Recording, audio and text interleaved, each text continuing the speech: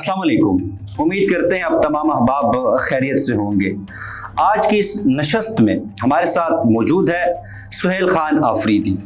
सुहेल खान आफरीदी ने CSS 2023 को first attempt में क्लियर किया है और फाटा से पहली पोजीशन भी हासिल की है। इसके साथ साथ आपकी जो एलोकेशन हुई है वो भी डिजायर्ड ग्रुप में हुई है और आप सबको पता होगा कि हर CSS एस्पायरेंट वो चाहता है कि उसकी allocation PS Pakistan administrative services group में हो। तो सुहेल खान अब पाकिस्तान की एज असिस्टेंट कमिश्नर के तौर पर खिदमत करेंगे।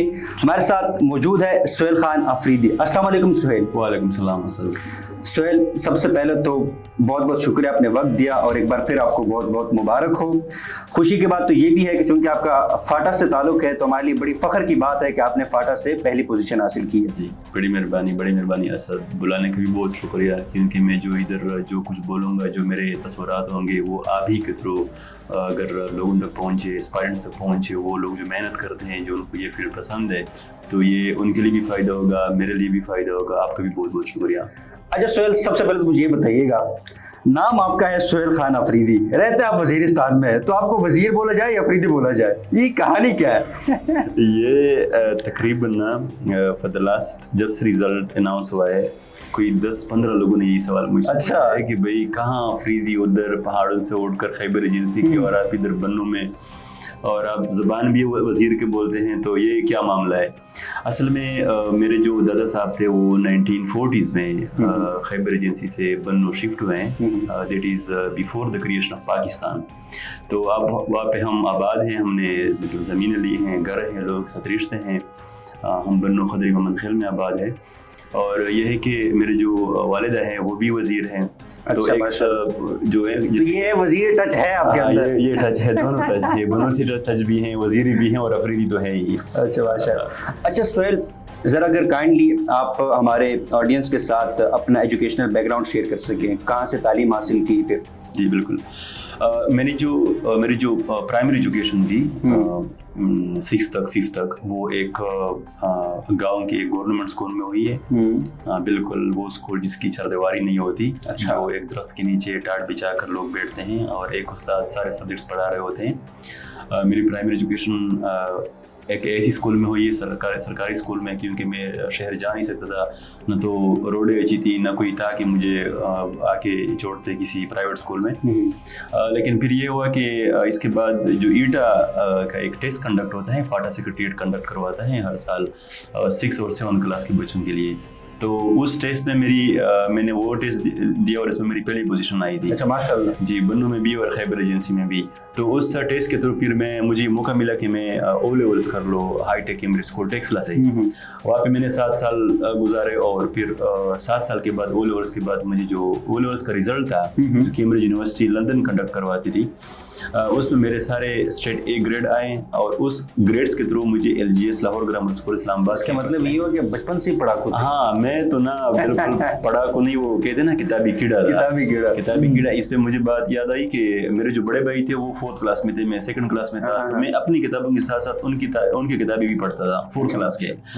हाँ, ये एक मुझे शौक थी उसमें। अच्छा, तो फिर O लेवल्स के रिजल्ट के बेस पे मुझे A लेवल्स के लिए भी फुल स्कॉलरशिप मिली और फिर A लेवल्स के बाद क़ायद आज़म यूनिवर्सिटी में पूरे फाटा के लिए हर डिपार्टमेंट में एक सीट हुआ करती है। जो फर्स्ट पोजीशन जिनकी आती है तो उनको एक seat without paying any fees दी जाती है। तो IR में मैंने वो दिया टेस्ट, उसमें मेरी पहली पोजीशन आई, तो वहाँ पे मुझे फुल स्कॉलरशिप मिली। तो मैंने कभी ज़िंदगी में स्कूल कॉलेज यूनिवर्सिटी में किसी को फीस नहीं दी है। मैंने मेरिट बेस्ड स्कॉलरशिप पे सारी ज़िंदगी पढ़ा है। और ये नहीं है कि मैं कोई जीनियस हो, मेरे कोई दिमाग कुछ ज़्यादा है या कुछ और क्वालिटी है।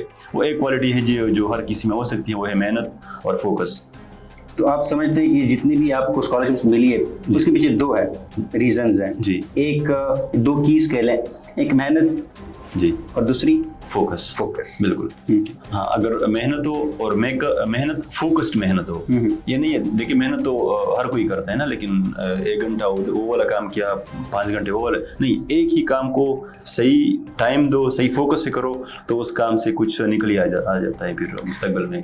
अच्छा सुहेल, बचपन में जब हम होते हैं मुख्तलिफ ख्वाब होते हैं, गोल्स होते हैं। फॉर इंस्टेंस कोई कहता है मैंने क्रिकेटर बनना है, किसी ने डॉक्टर बनना होता है, और हमारे फाटा में तो ये बड़े दो जो ना डॉक्टर बनना है, इंजीनियर बनना है, ये ख्वाब देखे जाते हैं।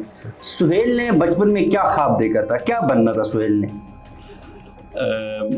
ये था कि हाँ, बाकी जितने भी मेरे दोस्त थे, मेरे कजन्स थे, वो यही ख्वाब देखते थे डॉक्टर इंजीनियरिंग का। मैंने कभी ये ख्वाब नहीं देखा था। अच्छा, शुरू से नहीं? नहीं, मेरा शुरू से कोई शौक नहीं था। मेरा जो ख्वाब था वो एक तो मैं अच्छा इंसान बनूं, ऐसा इंसान जो लोगों के काम आओ, क्योंकि मैं बचपन से ही बहुत ही अपने जो हमारे इर्द गिर्द जितने भी ऐसे लोग रहते थे जो गरीब थे, तो मेरे साथ उनके साथ मेरी मेरा उठना बैठना, उनके साथ इंटरेक्ट करना, बातें करना, और जो भी हम अपने घर से उधर उनको दे सकते थे, तो मेरी जो सिंपैथीज थी ऐसे लोगों के साथ माशरे में वो बिल्कुल डेवलप थी। और मैं एक अच्छा इंसान, और दूसरा मुझे लगता था कि ये जो कमिश्नर वाला नाम तब बहुत मशहूर था, हम गांव में कहते थे कि भाई मड़ा ये तुम क्या कर रहे हो, कौन से कमिश्नर हो ना। हाँ। तो मैं सोच रहा था कि यार ये कमिश्नर आजकल कहा जाता है, आजकल यही कहा जाता है कमिश्नर ही है कमिश्नर ही है ना, या डीसी खुने है ना। नो, ये जो टाइटल्स है ये मुझे बड़े अट्रैक्टिव लगते थे। तो मेरे ख्याल में शुरू से फिर जब मैं टेक्सला गया, वहाँ पे मेरी एक दो लोगों से और एक टीचर थी मेरी, उनसे मेरी इंटरेक्शन हुई, तब उधर से मैंने फिर CSS का नाम सुना, और फिर इस ख्वाब को लेकर ना मैं इधर तक पहुँचा हूँ। अच्छा, तो आपने जब आपको ये मिलता था ना कौन से डीसी, आपने फिर सोचा कि मैंने डीसी बन के दिखाना है, बन के दिखाना है। और ये जो गांव में होते हैं ना, इसमें चल हम बाद में भी बात करेंगे थोड़ी देर बाद, कि गांव में काफ़ी लोगों को बस सिर्फ ये दो फील्ड्स का पता होता है, मेडिकल और इंजीनियरिंग का। इस वजह से इस पे मेरा काफ़ी टाइम भी ज़ाया हुआ, क्योंकि मेरा न पैशन था, न मुझे कोई शौक था डॉक्टर बनने का। लेकिन घर वाले भी कह रहे थे कि यार इतना खर्चा किया तुमने, इतनी मुसाफरी की, घर से बाहर रहे हो, तो अब तुम अगर मेडिकल टेस्ट नहीं दोगे इसका मतलब ये है कि तुम यहाँ नालायक हो, तुमने टाइम। मेरे साथ भी हुआ है यही ना, मेरा शौक नहीं था, मुझे इंजीनियरिंग की तरफ लाया गया कि आप ना FSC इंजीनियरिंग करें। एग्जैक्टली, देखिए काफ़ी ऐसे, ये सिर्फ मेरा और आपकी स्टोरी नहीं है, ऐसे सैकड़ों स्टूडेंट्स हैं जिनका वो नहीं होता, लेकिन चूंकि गाँव में एक फिजा बना होता है इन चीज़ों का, परसेप्शन बनी होती है कि अगर आप इन दो फील्ड में नहीं जाते तो आप जो पढ़ रहे हैं ना वो उसकी कोई वैल्यू नहीं है, उनकी वैल्यू नहीं है। आपके बारे में लोगों की जो आपका जो इमेज होता है वो कुछ ज़्यादा पॉजिटिव नहीं होता, कहते कि यार लोफर है, डिस्ट्रैक्टेड है, फोकस नहीं है। फिर मैंने ये किया, इसका मैंने ये हल निकाला कि भाई चलो मैं ये टेस्ट में अपीयर होता हूँ, इसमें मैं अपीयर हो गया, मैंने पास किया है, लेकिन मैंने कहा कि मैंने अब जाना नहीं है, वो मैंने छोड़ दिए। और मैंने कहा कि अब मैं एजाज़ यूनिवर्सिटी में या GC यूनिवर्सिटी में, इन दो यूनिवर्सिटी में मैंने IR पॉलिटिकल साइंस पढ़ना है और मैंने इस साइड पर आना है। अच्छा सुहेल, माशाल्लाह से फाटा से आपने टॉप किया, पहली पोजीशन आई, और जो ग्रुप आप चाहते थे उसमें आपकी लोकेशन भी होगी, पाकिस्तान एडमिनिस्ट्रेटिव सर्विसेज। क्या एहसासात हैं? असद भाई देखिए, हमने बचपन से ना बहुत ही मतलब ये सिर्फ नहीं है कि सिर्फ मैंने, हम लोगों ने, जो हमारे इलाके के लोग हैं, चाहे वो बन्नू में, चाहे वो लेबर एजेंसी में, इन लोगों ने बहुत ही सहूलती जी ली है, बहुत ही मुसीबतें देखी हैं। हालात हमारे अच्छे नहीं थे, स्पेशली 9/11 के बाद जो लोग बेघर हो गए हैं, तो ये इन सारी चीज़ों को देखकर I was quite sensitive to all these troubles, challenges that or people were confronted with। इनको मैं नोट करता था। और दूसरा ये है कि मैं चाहता था, क्योंकि मैंने ज़िंदगी के बारे में काफ़ी पढ़ा था कि ज़िंदगी एक ही बार मिलती है, इनको ऐसी जियो कि जैसे आपको भी फ़ायदा हो और लोग आपसे इर्द गिर्द के माहौल को भी फ़ायदा हो। तो फिर इसके लिए ज़ाहिर बात है हमारे रिसोर्सेज इतना नहीं होते एज इंडिविजुअल कि आप सब सारे काम करें अपने जेब से। मैं चाह रहा था, मेरी ख्वाब थी कि मैं एक ऐसे प्लेटफॉर्म पे जाऊँ जो मुझे रिसोर्सेज मिले, और फिर वो रिसोर्सेज लाकर मैं अपने लोगों पे, अपने इर्द गिर्द लोगों पे मैं इन्वेस्ट कर सकूँ। और मेरे ख्याल में CSS PMS सिविल सर्विसेज है, ये बहुत ही अच्छा प्लेटफॉर्म प्रोवाइड करती है एक इंसान को कि वो फिर ये ख्वाब अपने पैदा तकमील तक पहुँचाए। और फिर ऐसा साथ यही है कि देर के ये CSS ये मेरा सिर्फ एक कोशिश नहीं थी, ये एक लॉन्ग स्ट्रगल थी, मेरी 7-8 ईयर्स की स्ट्रगल थी, कोशिश थी। मैट्रिक के बाद मैं ये सोचता था कि मैं अगर कहीं अखबार पढ़ता था, कभी कहीं बुक पढ़ता था, तो उधर से अगर कोई वोकेबलरी मुझे मिल जाती तो वो लाकर मैं अपने रजिस्टर में लिखता, ये सोच के हो सकता है आज से 8 साल के बाद जो CSS पेपर हो सकता है ये वाली वोकेबलरी आ जाए।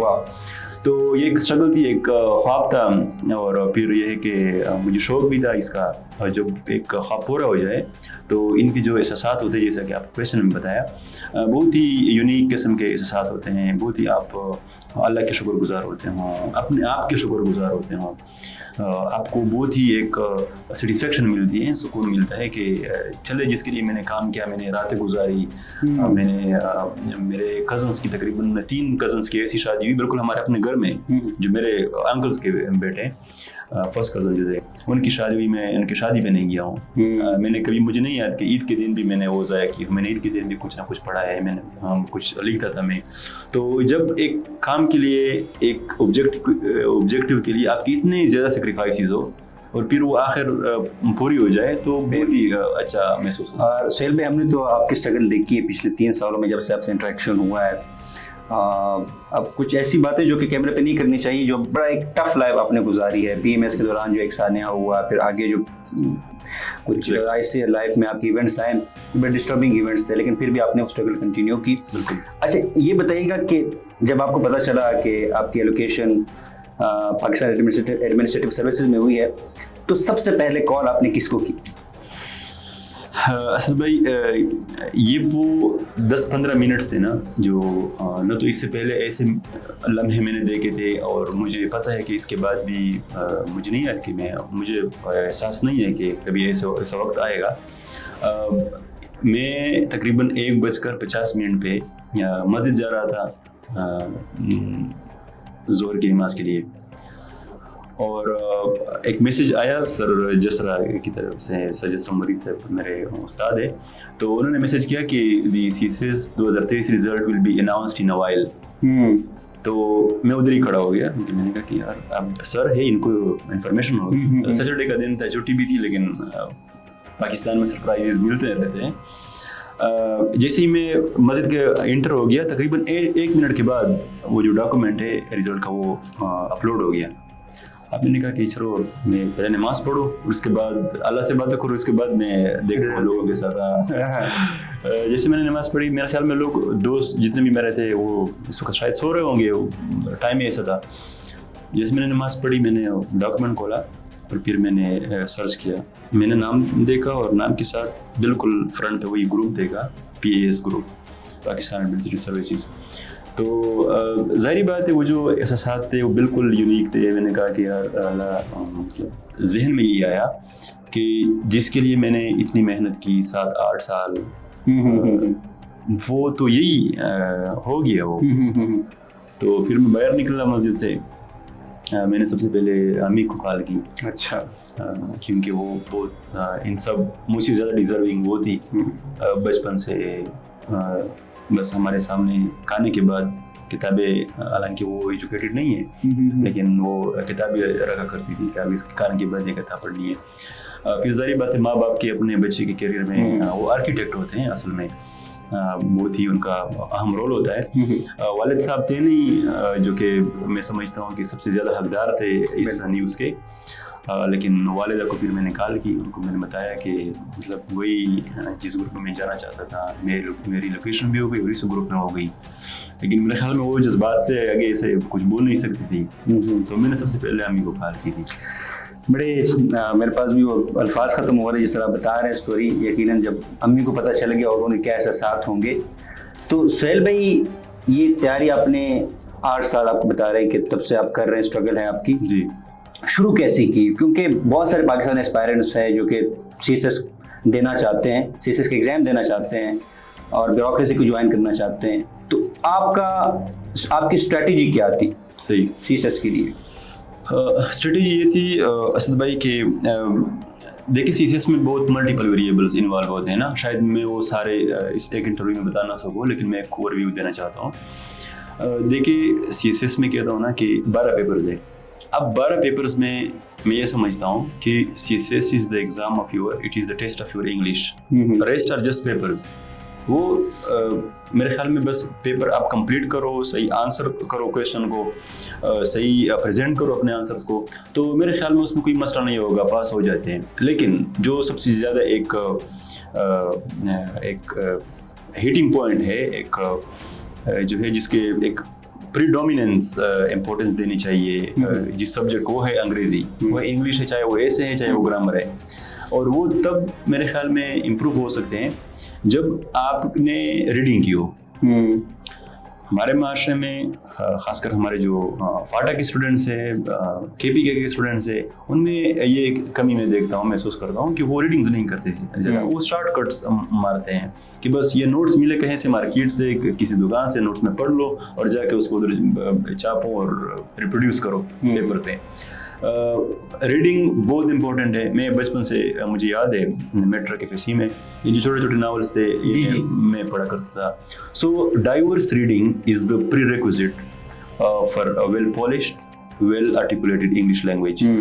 सो अगर जितने भी एस्पायरेंट्स है वो अगर रीडिंग्स को अपना हैबिट बनाए, थोड़ा ये जो मोबाइल का फेसबुक है इससे हटकर बुक की तरफ आए, तो इनकी जो CCS की तैयारी है वो तकरीबन 50% हो जाएगी। अगर वो bye the end of their graduation वो जितने भी अच्छी अच्छी किताबें हैं, तकरीबन 10-15 नावल्स, वो मैं बाद में आपके साथ इंशाल्लाह शेयर भी करूँगा, हम बात करते हैं, फिर आप पेज पे कर ले। 10-15 नावल्स, 10 ऐसी किताबें जो कि इंटरनेशनल सिनेरियो से हैं, इंटरनेशनल सिस्टम से हैं, उसमें इंटरनेशनल अफेयर से आपकी कंसेप्चुअलाइजेशन हो जाएगी।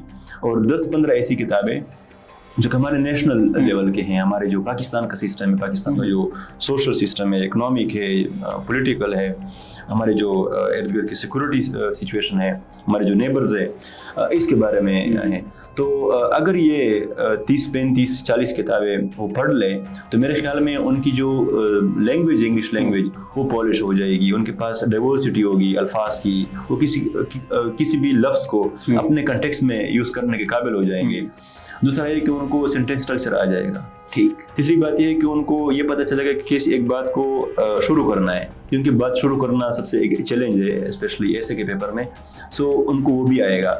इसके अलावा एक बात को आगे कैसे बढ़ानी है, कब ख़त्म करनी है, कौन सी बात पहले लिखनी है, कौन सी तीसरे नंबर पे लिखनी है, ये किताबों से आपकी एक ऑटोमेटिक ट्रेनिंग हो जाएगी, मेंटल ट्रेनिंग आपकी हो जाएगी with diverse reading. So readings को ज़रा अपना वतीरा बनाएं, अपना हैबिट्स बनाएं, और फिर इससे मेरे ख्याल में इनका 50% जो काम है वो हो जाएगा। दूसरा मेरी स्ट्रेटेजी ये थी कि जब मैंने ये रीडिंग्स कर ली, डाइवर्स रीडिंग कर ली, फिर मैंने थोड़ा सर्च किया CSS के बारे में, यूट्यूब से सर्च किया। और पहले यूनिवर्सिटी में तो ये एक ब्लेसिंग है कि वहाँ पे आपको हर किस्म का बंदा मिलता है, CSPs जो है वो आते हैं। तो जो मेरे सीनियर के साथ मेरा इंटरेक्शन हुआ करता था, मेरे जो वहाँ पे सीनियर्स थे, मुस्तफ़ा कमाल भाई थे, इनामुल्लाह थे, आफाक भाई थे, दाऊद काकड़ जैसे, और बाकी जिनका मैं नाम बोल रहा हूँ, सॉरी, ऐसे लोगों के साथ हमारा उठना बैठना होता था। और फिर वो हमें उनके अपने दोस्तों के साथ मिलवाते थे जो CSP ज्वाइन किया था, तो वो हमें थोड़ा बताते थे, गाइड करते थे।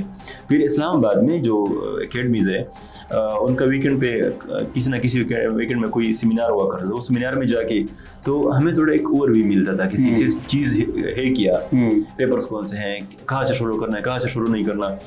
तो एक तो ये था कि फिर मैंने थोड़ा इस पर रिसर्च किया CSS पे कि CSS एग्ज़ाम का नेचर क्या है, how CSS is different from a university exam, how it is different from an MCAT and ECAT tests.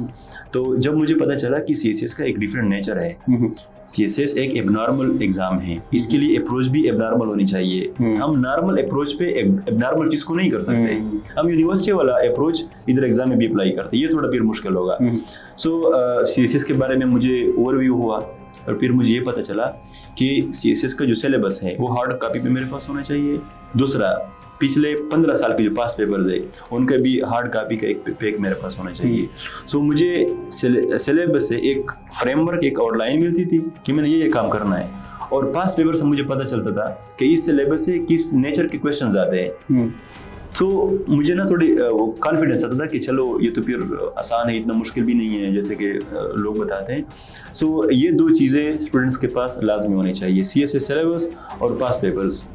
इसके बाद मैंने ये किया कि हर सब्जेक्ट्स को मैंने ऑप्शन सब्जेक्ट सिलेक्ट किए कि मेरे ये सब्जेक्ट्स थे, जैसे कि मेरा इंटरनेशनल रिलेशन था, इंटरनेशल लॉ था, यूरोपियन हिस्ट्री, जनरल स्टडी और पश्तो।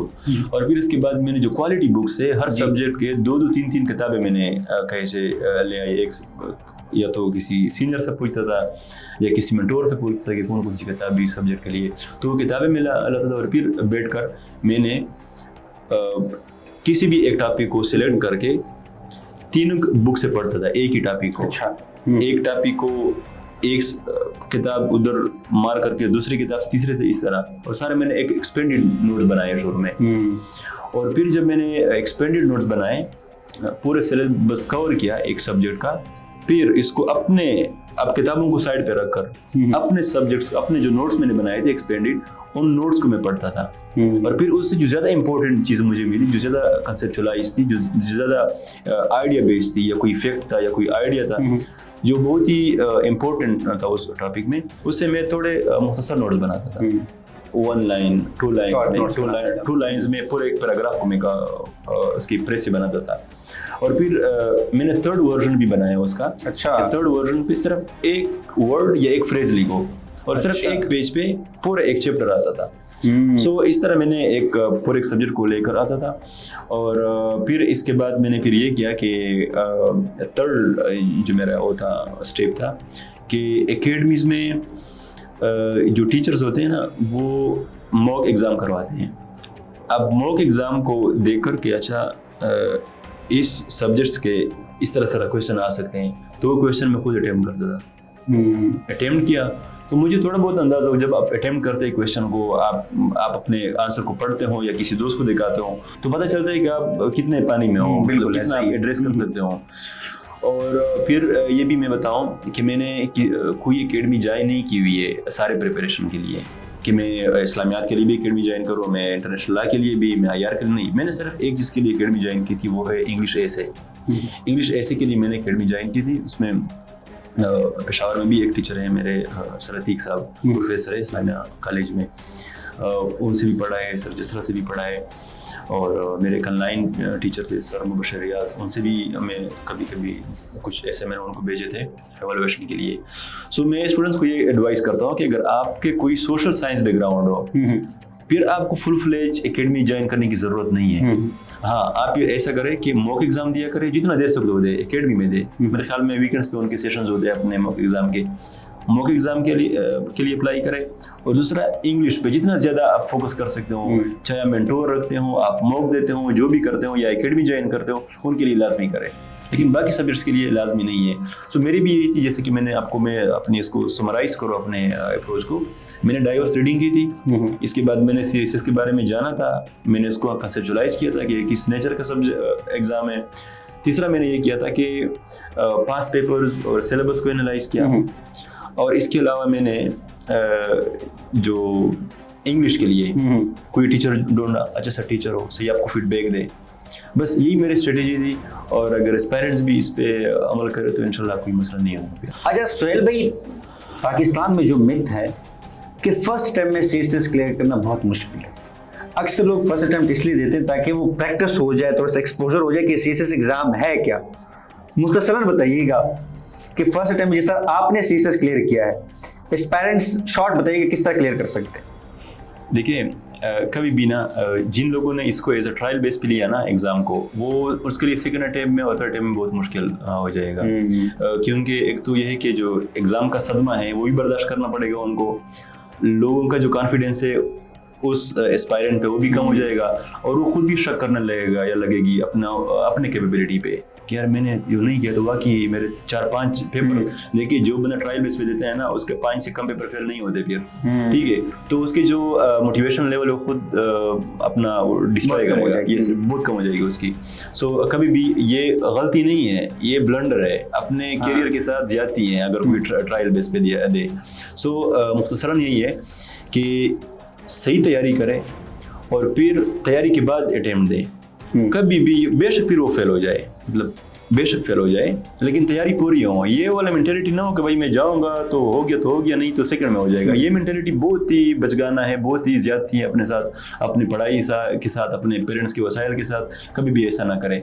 सो मेरी जो थी वो ये थी कि जैसे मैंने कहा कि CSS लिखने का एग्जाम है, लिखना आना चाहिए स्टूडेंट्स को। जब लिखना आए तो लिखना दिखाए किसी को कि मैंने जब जो लिखा है ये सही है या नहीं है। जैसे कि मैंने मेंटोर की बात की, मैंने एवैल्यूएशन की बात की। सो अंग्रेजी को समझना, उनको लिखना जिस स्टूडेंट को आ गया तो मेरे ख्याल में उसकी पहले टाइम में हो जाएगी फिर, मुझे लगता है। चलो ये तो आपने बड़े अच्छा बता दिया कि फर्स्ट टाइम में वो CSS को क्लियर कर सकते हैं। जी। एक और बड़ा अहम क्वेश्चन जो मैं आपसे करना चाहता हूँ, अक्सर हमने कुछ CSS के जिन्होंने क्लियर किया CSS को देखा है, वो कहते हैं कि हमने सिर्फ 3 महीने स्टडी की थी, कोई 6 महीने का कहता है, कोई कहता है 1 महीने स्टडी की थी और मैंने CSS क्लियर कर दिया। सुहेल खान, क्या वाकई में CSS को 3 महीने के अंदर या 6 महीने के अंदर क्लियर किया जा सकता है? देखो, मुझे जो थोड़ा बहुत लिमिटेड नॉलेज है मुझे CSS के बारे में, ये था कि वो ये है कि 3 महीने में जो बंदा कहता है ना, या तो वो मतलब हो सकता है मजाक के मूड में हो उस वक्त, या तो वो चाहता हो कि मैं जो बात करूंगा मैं इस वक्त मैं वायरल हो जाऊं। लेकिन हकीकत का इससे मेरे ख्याल में कोई ताल्लुक नहीं है। हाँ, ऐसे लोग हैं जो उनका बैकग्राउंड फुल, उनका जो एकेडमिक बैकग्राउंड है वो बहुत अच्छा हुआ होता है। उन्होंने कहे फॉरेन से, किसी पाकिस्तान में अच्छी यूनिवर्सिटी से, स्कूल से, कॉलेज से, सारी ज़िंदगी इस्लामाबाद में, लाहौर में, फैसलाबाद में रहा हूँ या रही हूँ, और उनकी ऑलरेडी तैयारी CSS की 70% हो चुकी हुई होती है। ठीक है, और फिर उसने अगर ये किया हो कि फॉर एग्जांपल इंटरनेशनल रिलेशंस में, इकोनॉमिक्स में, लम से, क़याज़म से, GC से, अच्छी यूनिवर्सिटी से पढ़ा हो, और फिर बैठकर अच्छा उसका अंग्रेजी का कभी कोई मसला ना रहा हो सकता है उसने इंग्लिश में ग्रेजुएशन की हो सकता है उनके वालिद पेरेंट्स में से कोई इंग्लिश PhD हो। देखिए, उनको तो फिर जाहिर बात है CSS के लिए मैं समझता हूँ कि कम से कम ना 10 महीने से लेकर 2 साल चाहिए।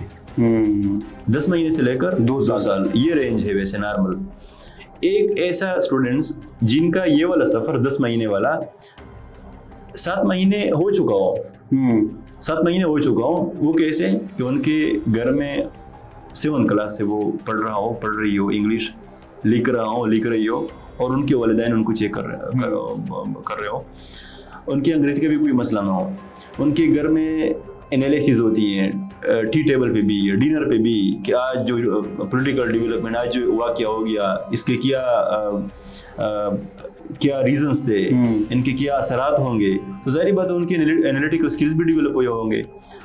सो उन्होंने 70% 7 महीने का जो सफ़र है वो पहले तय कर चुका होगा। बाकी जो 3 महीने हैं वो तब कि उसने किताबें उनको अवेलेबल हो और वो सिर्फ बैठे और उसके लिए नोट्स बनाएं।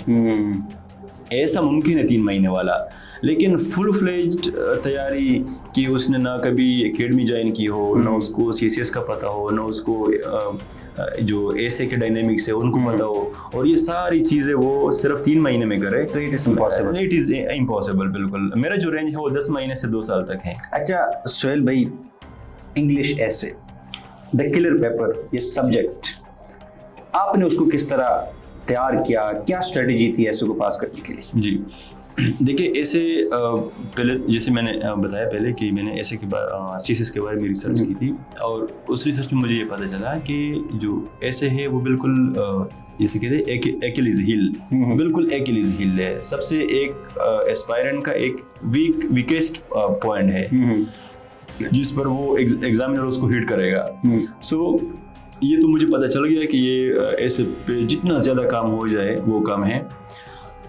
उसके लिए मैंने ये किया कि जैसे कि फर्स्ट सेमेस्टर से लेकर बल्कि 4th सेमेस्टर से मुझे याद है, मैं जो कुछ भी पढ़ता था, चाहे वो नावल हो, चाहे वो कोई बुक हो, IR में हम काफ़ी किताबें पढ़ते हैं, मतलब डिफरेंट, उससे अगर कोई अच्छी सी वोकेबलरी मुझे मिल जाती तो वो मैं रजिस्टर में लिखता। सो आपके पास अच्छा, फिर अगर कोई मेंटोर, कोई CSP अगर कोई अच्छा नावल, कोई अच्छा किताब वो सजेस्ट करो तो वो किताब ही में पढ़ता। ठीक है, सो उधर से मुझे क्या आ गया, मुझे सेंटेंस स्ट्रक्चर आ गया कि सेंटेंस ऐसे शुरू करना है, ऐसे ख़त्म करना है, सब्जेक्ट इधर लिखना है, फ्रेज इधर लिखनी है, क्लास फ्रेज में क्या फ़र्क है, complex sentence, simple sentence, compound sentence में क्या फ़र्क है, ये सारे डायनेमिक्स जो है इंग्लिश का एक सेंटेंस का, वो मुझे याद आ गए। जैसे कि मैंने कहा कि वोकेबलरी, इसके बाद सेंटेंस, इसके बाद पैराग्राफ, इसके बाद फुल फ्लेज आपका ऐसे, ये जो है सेगमेंट वाइज मैंने इस पे काम शुरू किया। फिर वोकेबलरी के बारे में मैंने जो अच्छे ऐसे वोकेबलरीज जो आम कंटेक्स्ट में यूज़ होते हैं, जो मैच्योर वोकेबलरी हैं, उसकी मैंने एक रजिस्टर बनाई। फिर उसको यूज़ करना पे उसमें मैंने कोशिश की, यूज़ करना शुरू किया, और उसके बाद फिर मैंने पैराग्राफ लिखना शुरू किया। सो जब ऐसे के आपको इन चीज़ों का पता हो कि मुख्तलिफ वोकेबलरी कैसे यूज़ करना है, किधर यूज़ करना है, सेंटेंस कैसे आके लेके जाना है, कोहेरेंस कैसी लानी है, पैराग्राफ का अर्थ जिसको आ गया, सो समझो कि ऐसे is the combination of paragraph. So इस पे फिर मैंने काम शुरू किया, और जब मुझे पता चला by the end of our 8th semester कि अब जो रॉ मटेरियल है ऐसे के, रॉ मटेरियल क्या है, यही सेंटेंस है, वोकेबलरी है, और इसके बाद पैराग्राफ क्या चीज़ है, इन सब चीज़ों पे एकेडमी ज्वाइन करने से पहले मैंने काम किया हुआ था। और फिर मैं एकेडमी सिर्फ इसलिए आ गया ऐसे के लिए कि इन इंग्रेडिएंट्स को मैं इकट्ठा करूँ, इसको आप मैं यूटिलाइज करूँ, और फिर टीचर को दिखाऊँ कि मैंने ये काम ऐसा किया, ये ऐसे मैंने ऐसा लिखा, इसके बारे में क्या ख्याल है। सो मैं एस्पायरेंट्स को भी यही कहूँगा कि आप ऐसा करें कि डाइवर्स रीडिंग की हैबिट डेवलप करें। ये डाइवर्स रीडिंग जो है ये रॉ मटेरियल है, जो डाइवर्स रीडिंग ये रॉ मटेरियल है आपके ऐसे के लिए। और फिर ऐसा करें कि जब ये सारी चीज़ें आ जाए, आपको जो यूनिट्स हैं, जो बिल्डिंग ब्लॉक्स हैं ऑफ ऐसे, जो वर्ड से शुरू होकर पैराग्राफ पे ख़त्म होती हैं या पूरे ऐसे पे ख़त्म होती हैं, इसके सारे डायनेमिक्स आपको पता हो। और फिर आप किसी अच्छे एवेलुएटर से, किसी अच्छे मेंटोर से जो आपको टाइम दे, ये नहीं है कि बस सिर्फ टिक निशान मारे और आपसे पैसे ले और बस नहीं, अच्छा मेंटोर हो जो आपको अटेंशन दे, टाइम दे, फोकस करे आपको, आपकी जो सही फीडबैक दे, और आपकी जो वीकनेसेस है और स्ट्रेंथ बताए, फिर उन ऐसे मेंटोर से अपने ऐसे चेक करवाएं। सो यही स्ट्रेटेजी मेरे ख्याल में फिर काम आएगी बाद में। ठीक, अच्छा सुहेल भाई, ये कहा जाता है, कोई कहता है कि मैं 17 घंटे स्टडी करता हूँ, कोई कहता है मैं 10 घंटे करता हूँ। सुहेल जिसने फर्स्ट अटेम्प्ट में CSS को क्लियर किया है, क्या स्टडी प्लान था आपका? अच्छा, मैंने तो कभी 17 घंटे नहीं पढ़ा है, और न मैं कभी इमेजिन कर सकता हूँ कि मैं 17 घंटे पढ़ सकूँ। मेरा ये था कि शुरू में ज़ाहिर बात है, आप नए तैयारी शुरू करते तो काफ़ी बंदा एनर्जेटिक होता है। मैंने तब, मुझे याद है, कोई 10 घंटे पढ़ा होगा पर डे, और फिर मैं इसके बाद जब मुझे पता चला कि ये कम से कम मैं पढ़ सकता हूँ और इतना मैं ज़्यादा से ज़्यादा पढ़ सकता हूँ, तो वो जो मेरी रेंज थी वो 7 घंटे से 12 घंटे तक थी। अच्छा, 7 घंटे से कभी मैंने कम नहीं किया है। अच्छा, और 12 घंटे से ज़्यादा मैं कर नहीं सकता था। सो यही 7 घंटे से लेकर 12 घंटे तक ये डेली में पढ़ता था। इसमें फिर बंदे को कंसिस्टेंस रहना चाहिए। ये नहीं है कि फिर आप कभी 1 घंटा पढ़े, कभी 50 मिनट पढ़े और कभी 12 घंटे पढ़े। ये जो इतना रेंज है, ये फिर इनकंसिस्टेंसी के अलामत है। सो 7 घंटे से लेकर 12 घंटे तक मेरे ख्याल में अगर कोई जो एस्पायरेंट है वो डेली पढ़े तो ये रियलिस्टिक भी है, प्रेगमेटिक भी है, और ये काम भी आएगा। और ये मेरे ख्याल में एक इंसान की मुख्तलिफ जो रूटीन है, उनकी जो मसरूफियात है ज़िंदगी में, उनको मद्देनज़र रखते हुए ये टाइम जो फ्रेम है ये काम भी आएगा और ये वर्केबल है। अच्छा सुहेल भाई, ये बताइएगा कि इस स्टडी प्लान के दौरान 7 से लेकर 12 घंटों के दरमियान आप कंपल्सरी सब्जेक्ट्स को कितना टाइम देते थे जी, ऑप्शनल सब्जेक्ट्स को कितना टाइम देते थे, किस तरह आप प्रिपेयर करते थे इन सब्जेक्ट्स को? जी, मैं ना हाँ, ये बड़ा अच्छा आपने क्वेश्चन पूछा है। मैंने ये किया डेली बेस पे कि चूँकि इंग्लिश, इसको मैं एक्यूलीज हिल बार बार बोलूँगा, ये बहुत ही इम्पोर्टेंट सब्जेक्ट है। इनको मैंने कभी नहीं जोड़ा है थ्रू आउट माई प्रिपरेशन। चाहे मेरी प्रिपरेशन 1 साल है या 2 साल है, जब से है मैंने कभी इंग्लिश को हमेशा मैंने टाइम दिया, डेली टाइम मैंने दिया है। सो सुबह सवेरे जो फर्स्ट टाइम होता है दोपहर तक, अपने टाइम को 3 ब्लॉक्स में डिवाइड करें। सुबह, दोपहर के बाद और फिर रात को। बीच में आपकी जितने भी चीज़ एक्टिविटीज़ है, खाना है, नमाज वगैरह है, ये बिल्कुल कर लें।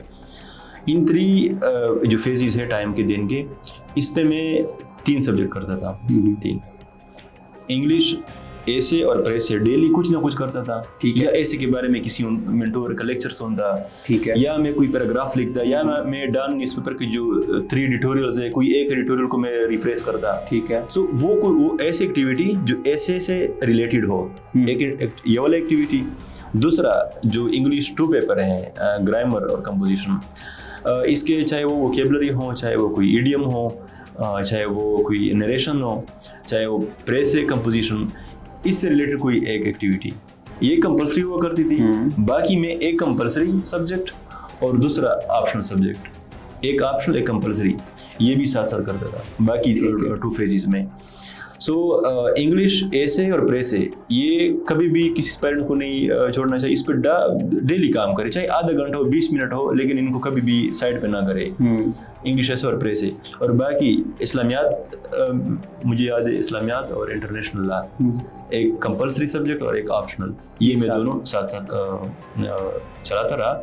और फिर जब ये ख़त्म हुई तो फिर दूसरा कंपलसरी और फिर एक ऑप्शनल, तो ऐसे एक सेट को लेकर आगे मैंने तैयारी शुरू की थी। अच्छा, ये अगर हम ऑप्शनल सब्जेक्ट्स की बात करें, आपके जो सब्जेक्ट्स है IR international relations, international law, gender studies, Pashto और यूरोपियन हिस्ट्री, IR की हम बात करते हैं, IR की तैयारी आपने कैसे, क्योंकि अगर हम देखते हैं कि IR में मार्क्स आजकल बहुत कम आ रहे हैं जी, तो सुहेल ने IR को कहाँ से प्रिपेयर किया, कैसे किया? जी, इसका ये था कि ज़ाहिर बात है मेरी जो ग्रेजुएशन थी वो इंटरनेशनल रिलेशन में थी, तो हम IR में तकरीबन कोई 47 सब्जेक्ट्स पढ़ते हैं, इसमें तकरीबन कोई 30% डायरेक्ट, जो 30 कोर्सेज है वो डायरेक्ट रिलेटेड है CSS के और IR के।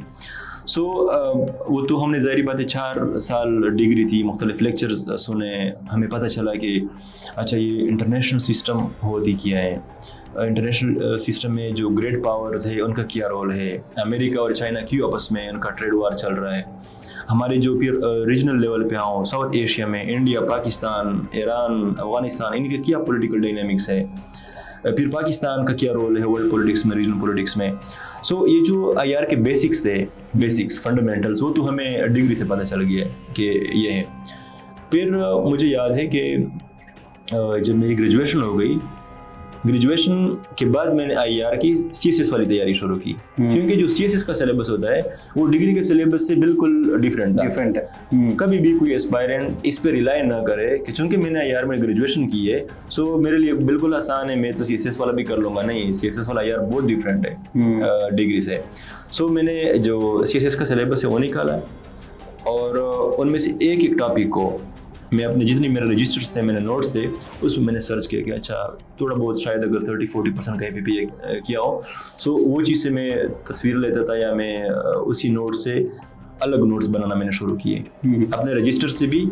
और फिर 2-3 किताबें मैंने ली, उन किताबों से फिर मैंने जो नोट्स थे वो बनाना शुरू किया। वो थोड़ा आसान भी थे मेरे लिए क्योंकि ऑलरेडी थोड़ा कंसेप्ट बना हुआ था। सो एक किताब है द पॉलिटिक्स अमंग नेशन, एक ये वाली किताब थी, और इससे पहले जो इससे भी इम्पोर्टेंट है वो है the globalization of world politics. और एक और किताब है वो तब मैंने पढ़ी नहीं थी, लेकिन जब बाद में मैंने देख ली, उसके कंटेंट्स मैंने चेक की तो काफ़ी रेलेवेंट किताब लगी मुझे वो। अभी क़ायद-ए-आज़म यूनिवर्सिटी के जो 2 प्रोफेसर हैं, डॉक्टर फरहान सिद्दीकी साहब और डॉक्टर नदीम मिर्ज़ा साहब, उन्होंने किताब लिखी इंट्रोडक्शन टू इंटरनेशनल रिलेशंस। सो ये कुछ किताबें फिर क्योंकि उसमें वो सिलेबस काफ़ी कवर होना था तो मैंने वो किताब से भी पढ़ा, और फिर जो इम्पोर्टेंट पॉइंट्स थे, इम्पोर्टेंट थ्योरीज जो थे, जो इम्पोर्टेंट टर्म्स एंड टर्मिनोलॉजीज थी, वो उसके फिर मैंने नोट्स बनाए। इसके अलावा IR के लिए मैंने सिर्फ ये नहीं किया कि मैंने सिर्फ सिलेबस ख़त्म किया, मैंने IR की जो लैंग्वेज है उस पर काम शुरू किया है कि IR की अपनी एक लैंग्वेज होती है।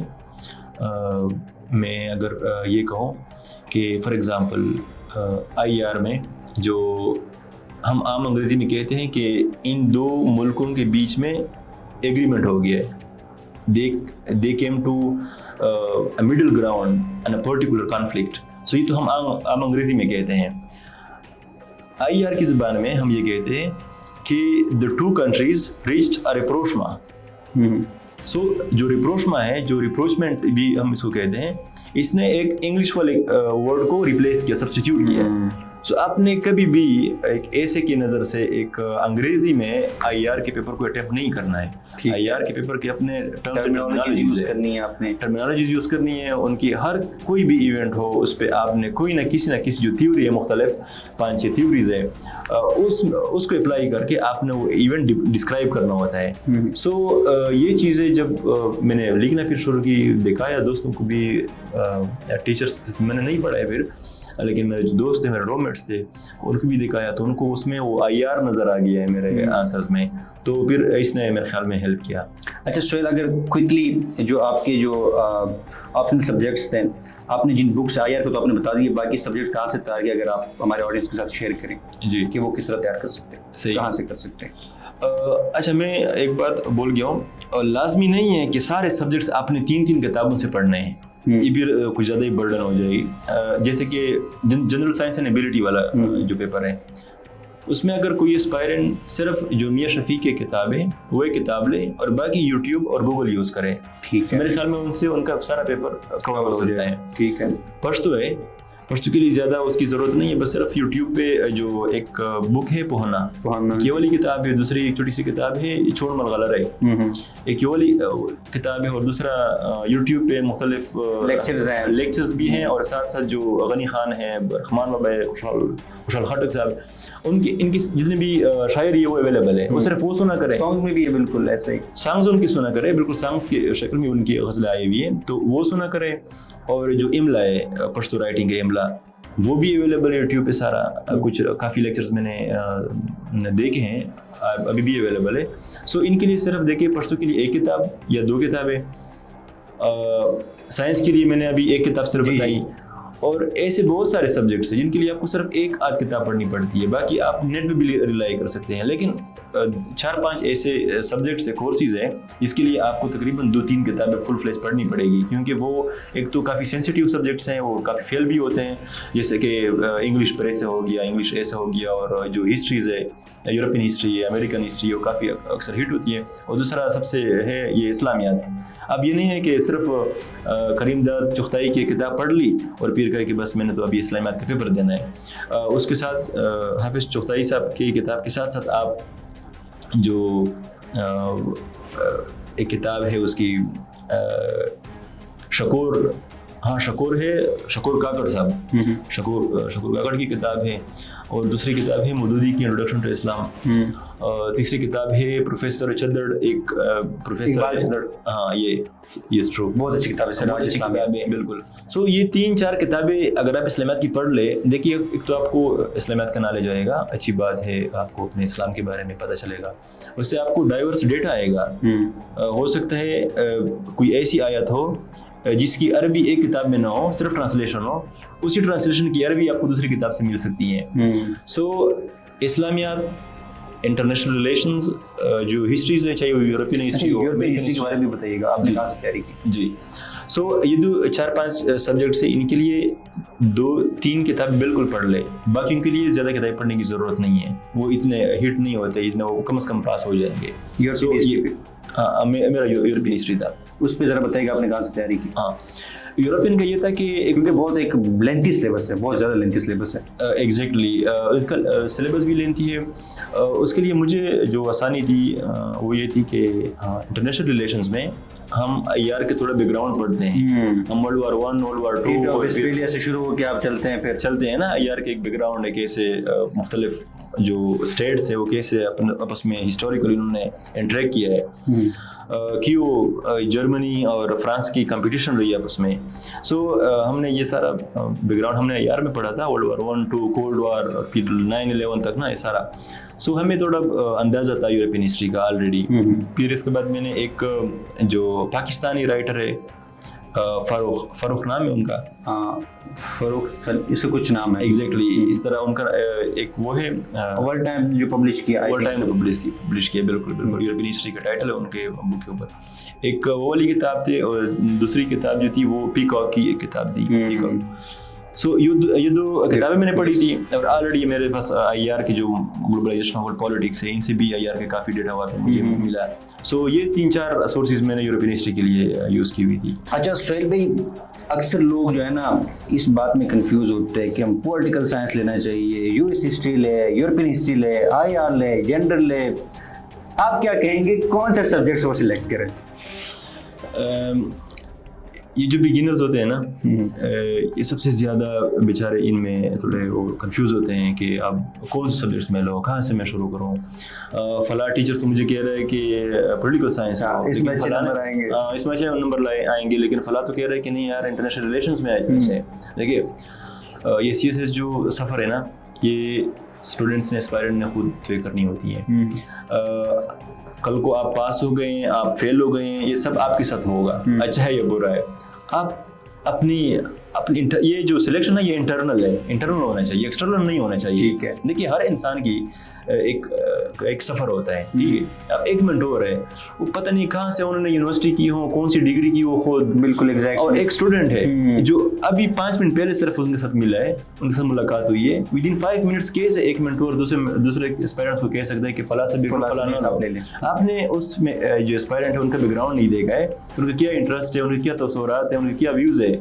सो मैं ये कहूँगा कि अगर किसी एस्पायरेंट ने कोई सब्जेक्ट सिलेक्ट करनी हो, ये फैसला उसका इंटरनल होना चाहिए, एक्सटर्नल फैक्टर्स पे नहीं होना चाहिए। इंटरनल फैक्टर कौन कौन से? नंबर 1, आपका ग्रेजुएशन किसमें है, आपने कौन सोशल साइंसेस पढ़े, आपने नेचुरल साइंसेस पढ़े, आपने कौन से पढ़े। अगर आपने कोई डिग्री की हो फॉर एग्जांपल इंटरनेशनल रिलेशंस में, आप बिल्कुल IR ले। अगर आपने पॉलिटिकल साइंस पढ़ा हो, आप बिल्कुल पॉलिटिकल साइंस ले। अगर आपने कोई नेचुरल साइंसेस पढ़े हो, सो मैं उनको सजेस्ट करता हूँ कि पॉलिटिकल साइंस ले। अगर इन दोनों में से लेना हो, IR में से और पॉलिटिकल साइंस में से। पॉलिटिकल साइंस ऐसे कि वो थोड़े फिक्स्ड सिलेबस है उनका, उसमें थोड़ा बहुत मतलब रट्टा भी चलता है, और नेचुरल साइंसेस वाले वैसे भी अच्छे होते हैं इनमें मेमोराइजेशन में। और लेकिन IR का जो है वो उनके लिए काफ़ी नई चीज़ें होगी, फिर बहुत नई चीज़ें होंगी, उनको बहुत ही मेहनत करनी पड़ेगी ताकि उस लेवल पे आए IR के। और पॉलिटिकल साइंस में तकरीबन यही वो चीज़ें हैं जो उनको ऑलरेडी आइडिया हुआ होता है। गवर्नमेंट्स क्या है, गवर्नमेंट कैसे बनते हैं, कैसे ख़त्म होते हैं, कॉन्स्टिट्यूशन क्या है, मुख्तलिफ आर्टिकल्स कैसे, डिफरेंट इदारे जो है एक मुल्क में कैसे आपस में फंक्शंस करते हैं, तो ये सारा उनको ऑलरेडी आइडिया हुआ होता है। सो नेचुरल साइंसेज वालों को मैं पॉलिटिकल साइंस सजेस्ट करता हूँ। दूसरा ये है कि एक तो ग्रेजुएशन है आपकी फर्स्ट, दूसरा आपका पर्सनल इंटरेस्ट क्या है। बिल्कुल, और ऐसे स्टूडेंट्स हैं जिनको पॉलिटिकल साइंस पढ़ना पसंद होता है, दूसरा स्टूडेंट हो सकते हैं उनको इंटरनेशनल रिलेशंस में उनको मजा आता हो। सो अगर आपके पर्सनल इंटरेस्ट आपको इंटरेस्ट करता है IR, तो आप कभी भी पॉलिटिकल साइंस ना ले, and vice versa. So number 1 आपकी ग्रेजुएशन, आपका बैकग्राउंड, दूसरा आपकी पर्सनल इंटरेस्ट, तीसरा आपके एक सब्जेक्ट का दूसरे सब्जेक्ट के साथ कंपेटेबिलिटी कितनी है। अगर कंपेटेबिलिटी हो एक सब्जेक्ट का दूसरे के साथ, जैसे कि मैंने यूरोपियन हिस्ट्री इस बेस पे लिया कि वो मेरा IR के साथ कंपेटेबल था, दे वर लाइक सिस्टर सब्जेक्ट्स।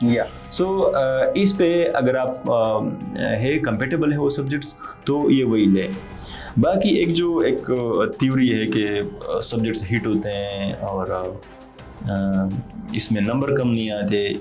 मैं समझता हूँ ना कि अगर आपने वाकई अच्छा पेपर किया हो, सही आपने सारे चारों के चारों क्वेश्चन सही अटेम्प्ट किया हो, आपने सही डेटा डाला हो, अच्छे आइडियाज डाले हो, सही प्रेजेंट किया हो, सो वो चाहे जितने भी हिट हो जाए ना, वो कम से कम फेल नहीं होंगे।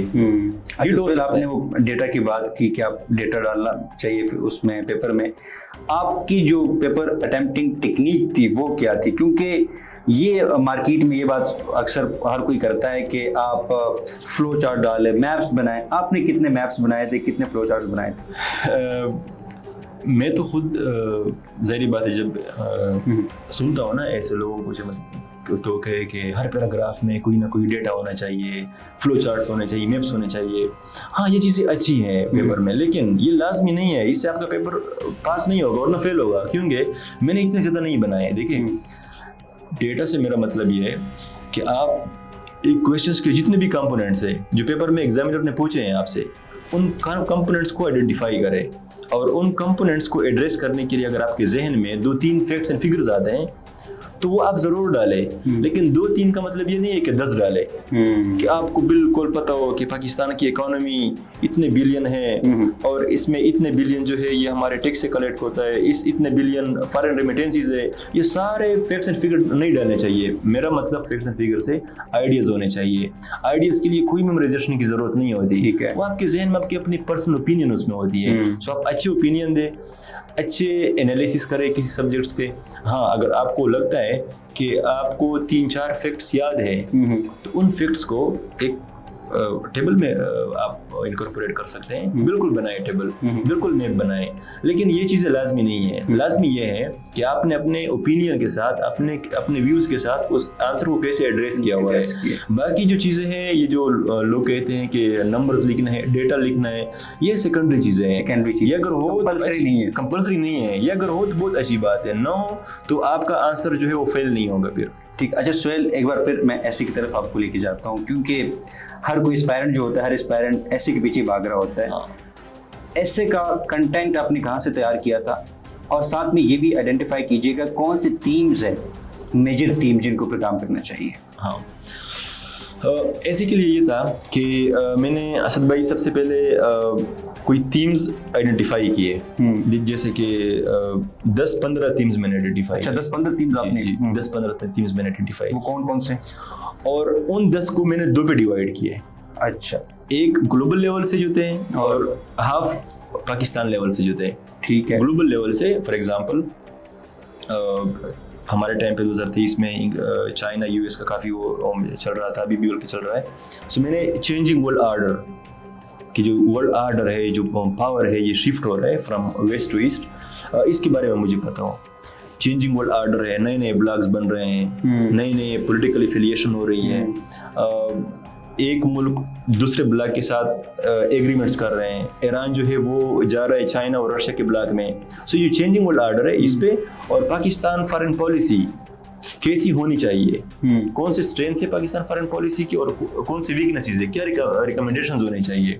सो changing world order and challenges to Pakistan foreign policy in the changing dynamics. So ये मेरा एक थीम था। दूसरा जो मेरा ये थीम था डेमोक्रेसी वर्ल्ड लेवल पे। ठीक है। वर्ल्ड लेवल पे काफ़ी रिसेशन का शिकार है, ह्यूमन राइट्स वायलेट हो रहे हैं। जो डेमोक्रेटिक वर्ल्ड है, the west and America and United Nations, ये क्यों फेल्ड है कि वो डेमोक्रेटिक वैल्यूज को प्रोटेक्ट कर सकें। तीसरा ये था मेरा इस्लामोफोबिया। इस्लामोफोबिया एस्पायरेंट्स पढ़ रहे होंगे कि कैसे वेस्ट में जो इस्लाम को एज अ रिलीजन बहाना बनाकर कैसे मुसलमानों से नफरत किया जाता है, और कैसे फिर यही जो इस्लामोफोबिया वो कैसे यूरोपियन जो सोसाइटीज़ हैं उसमें कैसे डिवीज़न लाती है इस्लामोफोबिया। इसके अलावा मैंने ये पढ़ा the role of United Nation, ये मैंने किया था। फिफ्थ मैंने किया था पॉपुलिज्म, जो पॉपुलर लीडर मुख्तलिफ ममालिक में मर्ज हो रहे हैं, इनका उनकी सोसाइटी पे क्या ग्लोबल इम्पैक्ट। Yes exactly. इसके अलावा छठा मेरा था एक्सट्रीमिज्म एंड टेररिज्म। ठीक है, इसके मैंने फिर किया था। और सेवंथ मैंने किया था जो कैसे इकानमी को और रिसोर्सेज को बहाना बनाकर जो मुख्तलिफ ममालिक में कॉन्फ्लिक्ट चल रहे हैं, मुख्तलिफ कॉन्फ्लिक्ट जो चल रहे हैं, मुख्तलिफ जो नेचुरल रिसोर्सेज हैं, मुख्तलिफ जो हमारा सी है, जैसे कि साउथ चाइना कॉमन गुड्स जो है बेसिक। एग्जैक्टली इस पे कैसे रिसोर्सेज को बहाना बनाकर कैसे जो है मुख्तलिफ जो कंट्रीज है वो कैसे एक्सप्लॉइट होते हैं, और इनमें जो इंटरनेशनल इंस्टीट्यूशंस है, IMF, वर्ल्ड बैंक, इनका क्या रोल है ये। फिर मैंने पाकिस्तान के लेवल पे आ गया हूँ मैं। 7 थीम्स मैंने पाकिस्तान के लेवल पे तैयार किए। और फिर थीम्स, अब मैं थोड़ा समझाओ कि थीम क्या है। देखिए, थीम एक ब्रॉडर टॉपिक है, एक ब्रॉडर टॉपिक है। इस टॉपिक से, इस थीम से मैंने 4 टॉपिक्स निकाले थे। फॉर एग्जांपल पॉपुलिज्म एक थीम है। आप पॉपुलिज्म से मैंने 4 टॉपिक्स निकाले। थीम आपने निकाले, सब थीम आप कह सकते हैं, टॉपिक्स इनसे कह सकते हैं, जो मैंने इस पे डायरेक्ट एक ऐसे लिखना था। फॉर एग्जांपल पॉपुलिज्म है, populism and its impact on democracy. ठीक है, ये मैंने एक टॉपिक निकाला। इसके अलावा पॉपुलिज्म को मैंने लिंक किया कि कैसे पॉपुलिज्म का जो वर्ल्ड यूनिटी है, जो ग्लोबल यूनिटी है, इस पे क्या इफेक्ट है इसका। कैसे वर्ल्ड जो है वो पॉलिटिकली डिवाइड हो रही है because of the emergence of populism. So इस तरह मैंने 4 टॉपिक्स निकाले इससे। अब 7 टॉपिक्स ग्लोबल, 7 नेशनल, ये 14 हो गए ना, 14 मल्टीप्लाई बाय 4, तो इस तरह मैंने तकरीबन ये 45 टॉपिक्स बनते थे। और इन 45 में मैं ये तो नहीं मैं कहूँगा कि मैंने सारे के सारे ऐसे लिखे, लेकिन मैंने तकरीबन कोई 30 ऐसे लिखे थे इस पे। ठीक है, 30 ऐसे के मैंने आउटलाइन भी बनाई थी, मैंने इंट्रोडक्शन भी किए थे, और सारे जितने भी ऐसे के कंपोनेंट्स है, thesis statement, outline, introduction, body paragraphs और कंक्लूजन, इनको फिर मैंने 30 में से तकरीबन 15 को मैंने मुख्तलिफ जो मेरे मेंटोर्स थे उनसे मैंने चेक करवाए। आधे कंटेंट पे, कंटेंट का मैं ये कहूँगा कि मुख्तलिफ जो एस्पायरेंट्स है वो ज़्यादातर लैपटॉप यूज़ कर रहे होंगे या मोबाइल यूज़ कर रहे होंगे। लैपटॉप को मैं थोड़ा प्रेफर करता हूँ। जैसे कि मैंने कहा कि पॉपुलिज्म अगर मैं तैयार करना चाहता हूँ, सो पॉपुलिज्म लिखे एक पेज पे, और उसके बारे में 3-4 आर्टिकल लिखे गूगल से उनको। अच्छा, आप जो फॉर एग्जांपल मैंने कहा ना कि populism and its impact on democracy, so ये सिर्फ इंटर करें populism impact on democracy, Google पे 5-6 आर्टिकल्स आराम से मिल जाएंगे, वो पढ़े। उससे रिलेटेड जो भी उनको अच्छा आइडिया लगे कि फैक्टर्स क्या हैं पॉपुलिज्म की इमर्जेंस के। अच्छा, डेमोक्रेसी लिंक करने से पहले एस्पायरेंट्स को ये पता होना चाहिए कि पॉपुलिज्म को कैसे कंसेप्चुअलाइज किया जाए। पॉपुलिज्म है क्या चीज़, उनका डिफिनीशन क्या है, उनका कॉन्सेप्ट क्या है, फैक्टर्स कौन कौन से हैं जिसकी वजह से पॉपुलिज्म इमर्ज हो गई। ठीक है, अब जब पॉपुलिज्म इमर्ज हो गई तो इनके रिपरकशंस क्या होंगे, कंसिक्वेंसेस क्या है मुख्तलिफ, और फिर कंक्लूजन। अब पॉपुलिज्म लिखे, पॉपुलिज्म के नीचे इंट्रोडक्शन, फिर factors responsible for the emergence of populism, फिर कंसिक्वेंसेस ऑफ पॉपुलिज्म, और फिर recommendations, how to tame the waves of the emerging populism.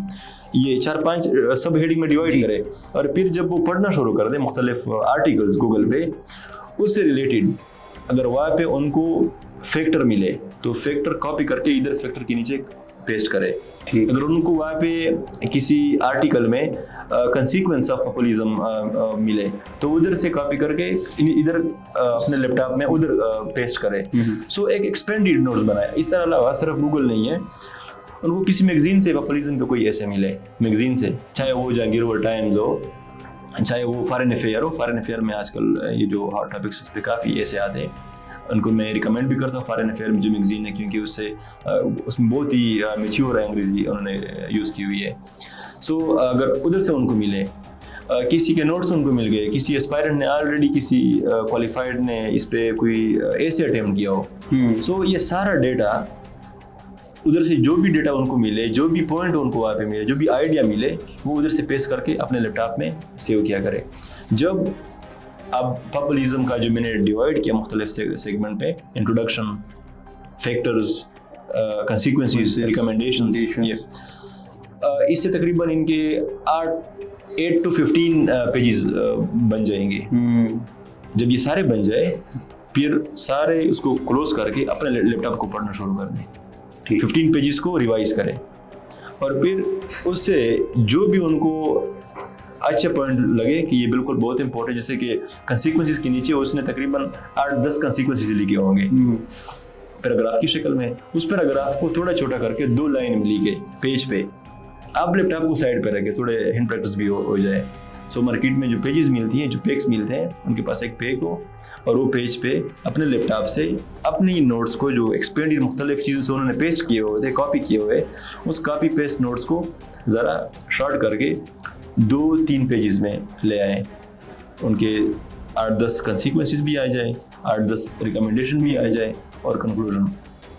तो मेरे ख्याल में जो पॉपुलिज्म का कंसेप्चुअलाइजेशन वाला टॉपिक है, फर्स्ट वाला टॉपिक, ये उनका कवर हो जाएगा। ठीक, फिर दूसरे टॉपिक पे आए, डेमोक्रेसी से उनको लिंक करें इस तरह।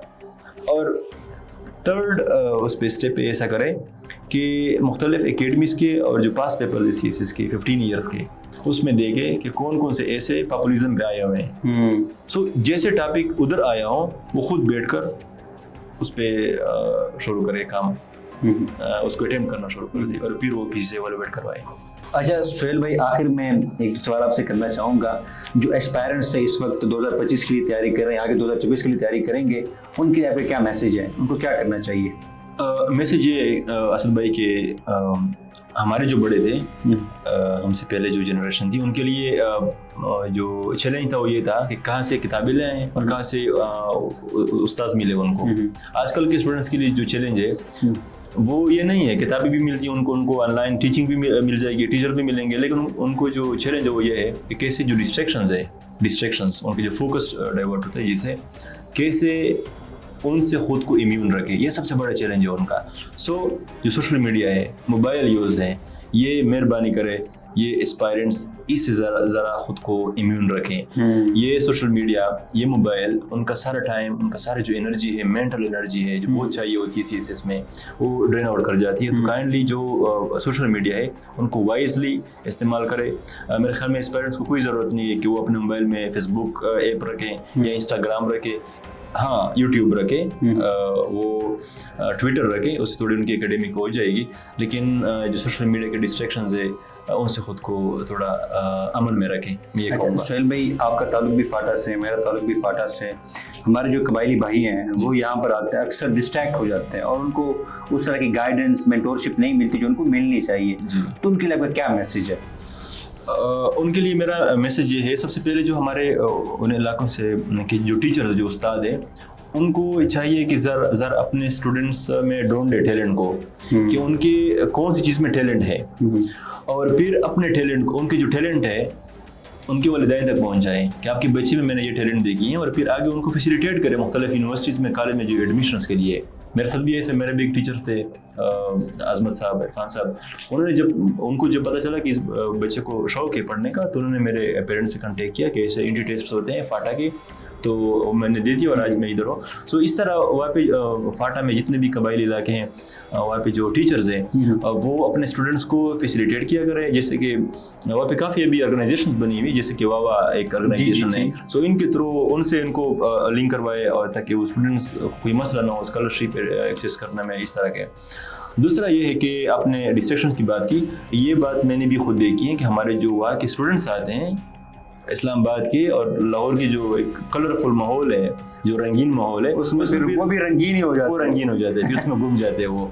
सो बहुत से पोटेंशियल स्टूडेंट्स को मैंने देखे, मेरे दोस्त है, मेरे जानने वाले हैं, कि वो फिर इस्लामाबाद के, लाहौर के और इस तरह के माहौल में जो थोड़े ओपन है, कोई इतना पेरेंट्स का चेक एंड बैलेंस नहीं होता, वो थोड़े फिर डिस्ट्रैक्ट हो जाते हैं और उनकी फिर पढ़ाई पे काफ़ी नेगेटिव इम्पेक्ट पड़ जाता है उनका। सो काइंडली आप जितना भी रंगीन हो माहौल, खुद को रंगीन ना करें, लिमिट रहे, मतलब अपने फन को, अपने एंटरटेनमेंट को थोड़ा लिमिट में रखें, और आपकी प्रायोरिटी जो है वो आपकी पढ़ाई होनी चाहिए, आपकी किताबें होनी चाहिए। अच्छा सुहेल भाई, आखिर में ये कैमरा आपके लिए हाजिर है, ऑन एयर आप किसी को ये सक्सेस डेडिकेट करना चाहे अपनी मदर को, तो आप इस कैमरे के सामने उनको कर सकते हैं, जो भी आपके एहसासात है आप कन्वे कर सकते हैं। असद भाई बिल्कुल, मैं तो ये बात पश्तो में अगर मैं बोलूँ ताकि जी वालिद साहब को पूरी तरह समझ आए,